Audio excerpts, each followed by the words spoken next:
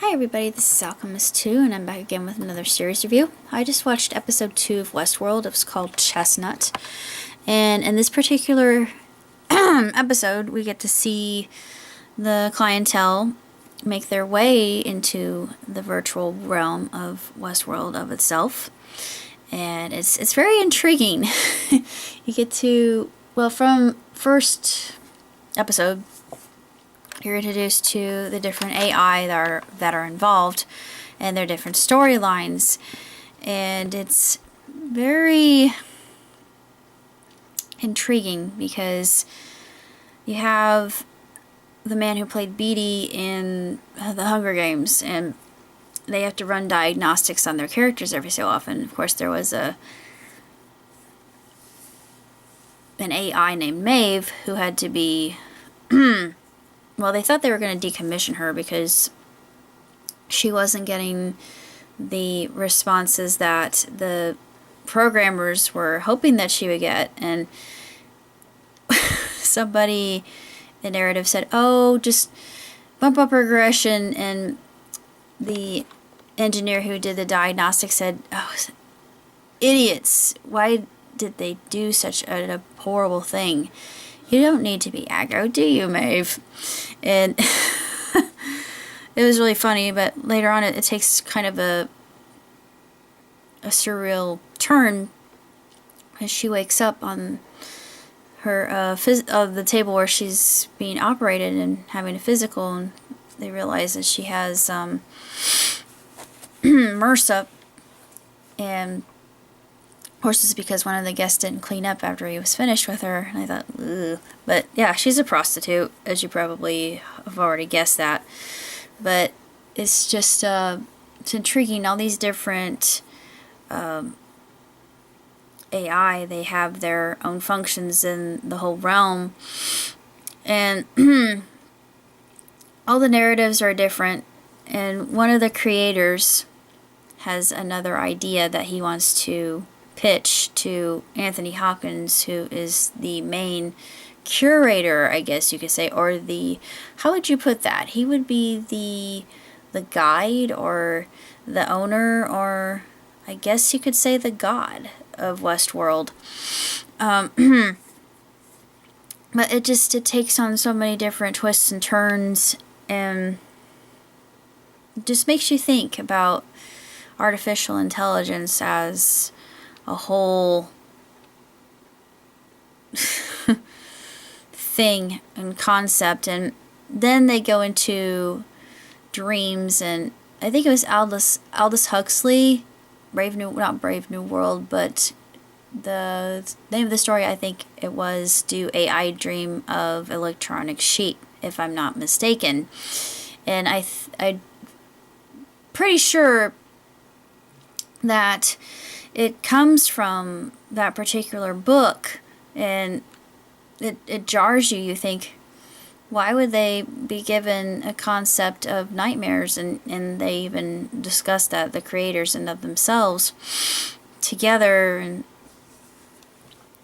what Anthony Hopkins says, his character, about the clients that come, the park attendees, it's not about what he wants, but the clientele, they already know who they are. It's what they could become. I thought, isn't that the essence of humanity, becoming our better version? And it's just so many levels of psychology here: psychiatry, ethos, pathos, morals, values, lack thereof, the 7 deadly sins, Shakespeare, and it takes so many different angles, and it's just a very intellectual show with a lot of gore, shoot 'em up, bang bang, and TNA, which is very intriguing. And I like the concept that the AI are so very human, but not human, and it just toys with that concept. It's just like other things I have watched before, but it's really quite interesting and different. And it makes you question.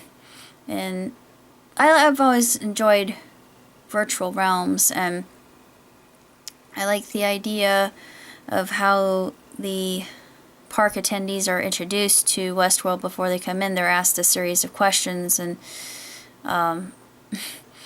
it's like a real life Wild Wild West, and it just makes me think about virtual reality and Oculus. And I was reading an article about this. This actually connects with what I'm talking about, but they were speaking of porn in and of itself, and porn-induced erectile dysfunction, which is a real thing. And Oculus has a virtual reality pornography channel. I thought, well, yeah, I'm really not shocked about that. Sex sells, and a lot of people are buying. It's the main reason that people actually go to Westworld too, is, to fool around, because the prostitutes will do what other women in real life won't.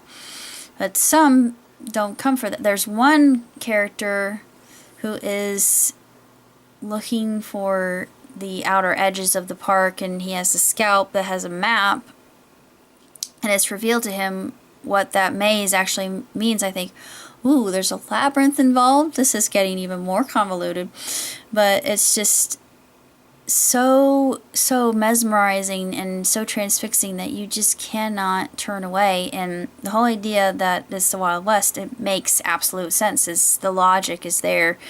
The interwebs are indeed that, and virtual reality with what they're coming up with right now just kind of makes me think of a script I wrote called Interaction, and I hope it never comes to that. That would be scary. Well, it has a happy ending because they break free from that kind of tyranny and ostracization. That's not an easy word for me to say when I'm halfway dead. But they overcome just the whole oppression of technology, and they snub it entirely, realizing they have to rely on themselves rather than using it as a crutch. You can't do that. You can't put all your faith on something else that's not really human. I mean, this is just my opinion, but maybe I'm wrong. But I think there will come a time in the future where we will realize that our greatest improvements come from ourselves and others around us, and we are needed to bolster each other up because we share this marvelous world, this blue dot suspended on a sunbeam, as Carl Sagan said so eloquently and poetically. But anyways, it's just something to think about. And the realm is so expansive. You think, good Lord, how far does it go? And of course, not even one of the characters knows, who's been there forever, and the one that keeps coming back, the one that has so much corruption in his heart, and he wants to follow that pathway. And I think, oh boy, that won't end well. That's like Pandora's box. But yeah, that whole idea of anarchy, the free will, and yeah, goes into that too.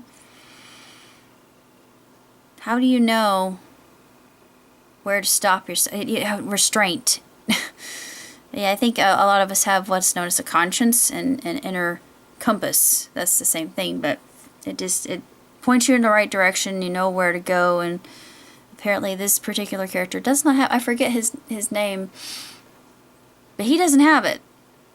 And he just, the directors, they keep saying, oh, just let the boss have whatever he wants. I thought, wait a minute. There's something going on with it. I think that there is blackmail going on and some kind of extortion.